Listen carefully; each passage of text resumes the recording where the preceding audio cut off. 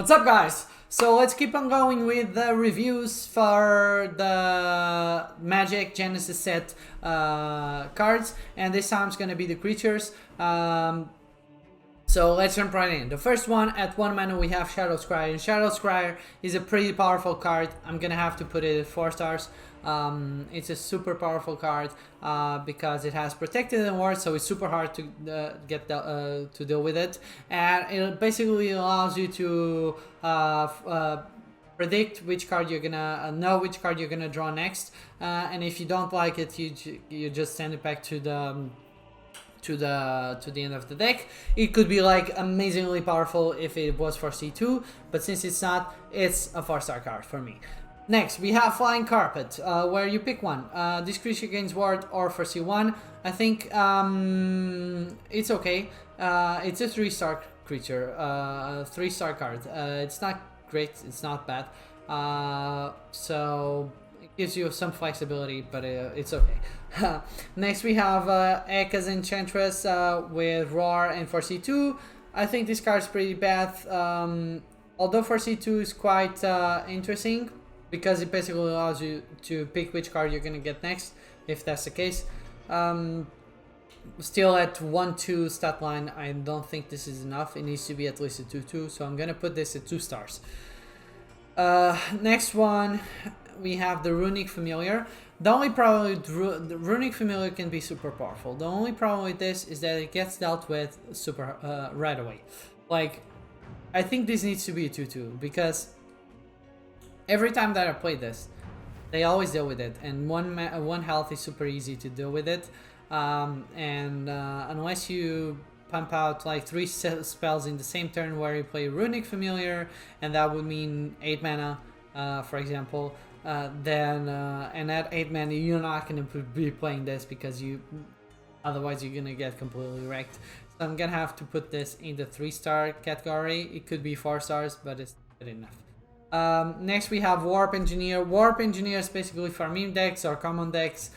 Other than that, if you just want to play the spell right away, you're just discounting it, so you get the Warp Engineer for free, basically. But I'm still gonna have to put this in the 4-star cards, because it works pretty well with a lot of magic spells that can benefit from this, whether it's the Runestorm or other types of spells. It works pretty well.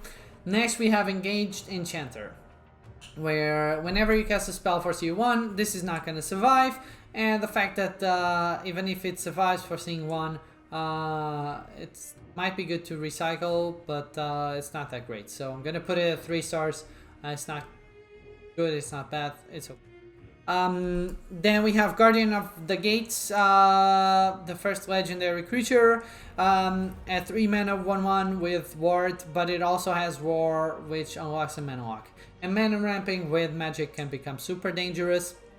So I'm gonna put this at the 4 stars. It's not 5 stars, because you're gonna see later down the line, later down in the review, that 5 stars with magic is gonna be like ridiculously powerful creatures. But I'm gonna put this at 4 stars. Next, we have Arcana Daemon, where you give a creature spell boost +1. This can work well with magic, but I'm still gonna have to put it at 3 stars, because this stat line's terrible. It needs to be at least a 3/3. A 4/2 super easy to deal with. So other than that, yeah, that's it. Next, we have Arcane Transcended, the same as Warp Engineer. I'm gonna have to put it in the 4-star category, because it allows you to well, this works specifically with spells, but it also reduces its cost by 2. So basically you're getting an Arcane Transcended for 1 mana. If you're playing it in the same turn, you get a 3/3 for 1 mana, which is super good. Next, we have Dimension Looper, which deals 1 damage, and if you're holding Iother, deal 3 damage instead. This is a 3-star. Unless you're doing an Iother deck, then it's super powerful. If it's an Iother deck, then dealing 3 damage with this stat line is really good, and it's definitely a 4-star. But mostly, since these cards, Iother decks are not that powerful yet, I'm gonna have to put this in the 3-star category. Next we have Portal Wrangler. Portal Wrangler is super interesting because you can copy one of the last creatures you played or the opponent.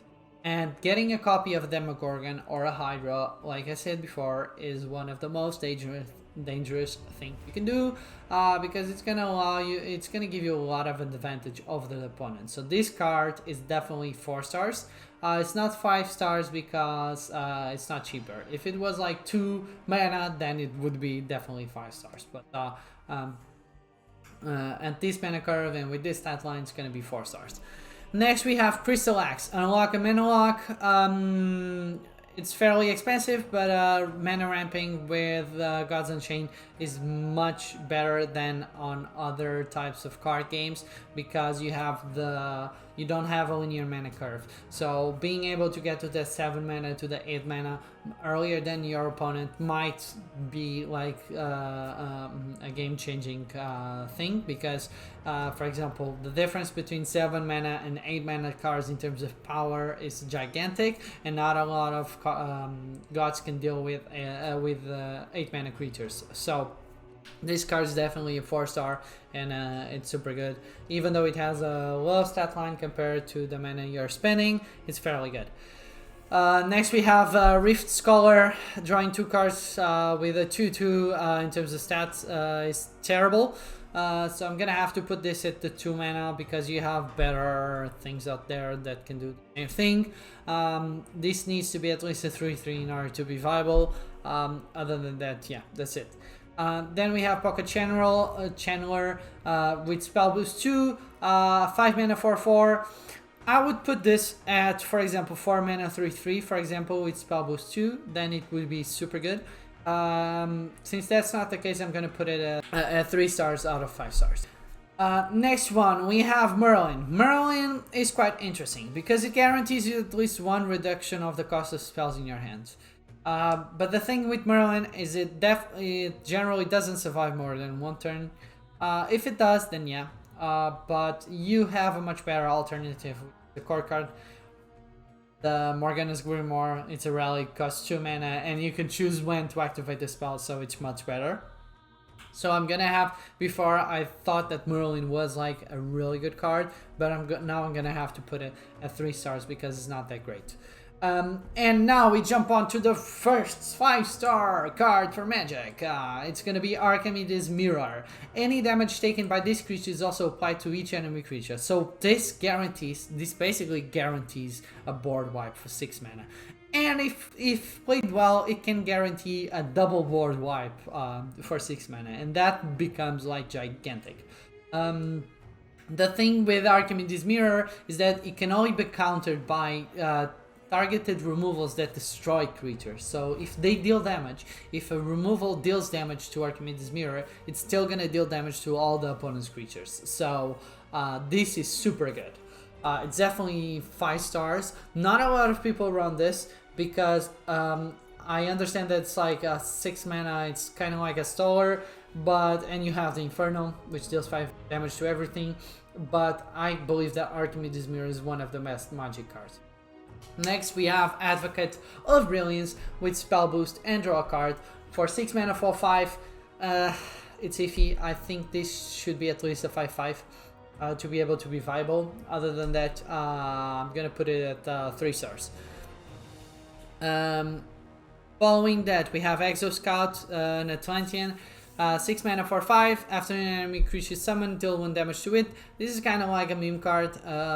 It works well with a super low card if you're running against a really aggressive deck, but if not, most of the times you're not. So dealing 1 damage, and even with that, most of the creatures have at least 2 health that are good and are being played, have at least 2 health, so it doesn't kill them. So for me, it has to be 2 stars out of 5.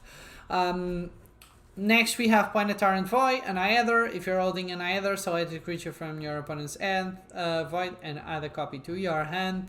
Planetarium Voice, pretty good. Aether decks are typically not that great yet. You would pair this with something else. Aether decks are generally paired with, for example, runes or things like that. But this card's super good because you can select a creature. This basically gives you the same power as the Raise Dead from Death, and in Magic can be super dangerous. So I'm gonna have to put this in at 4 stars. Next we have Cersei.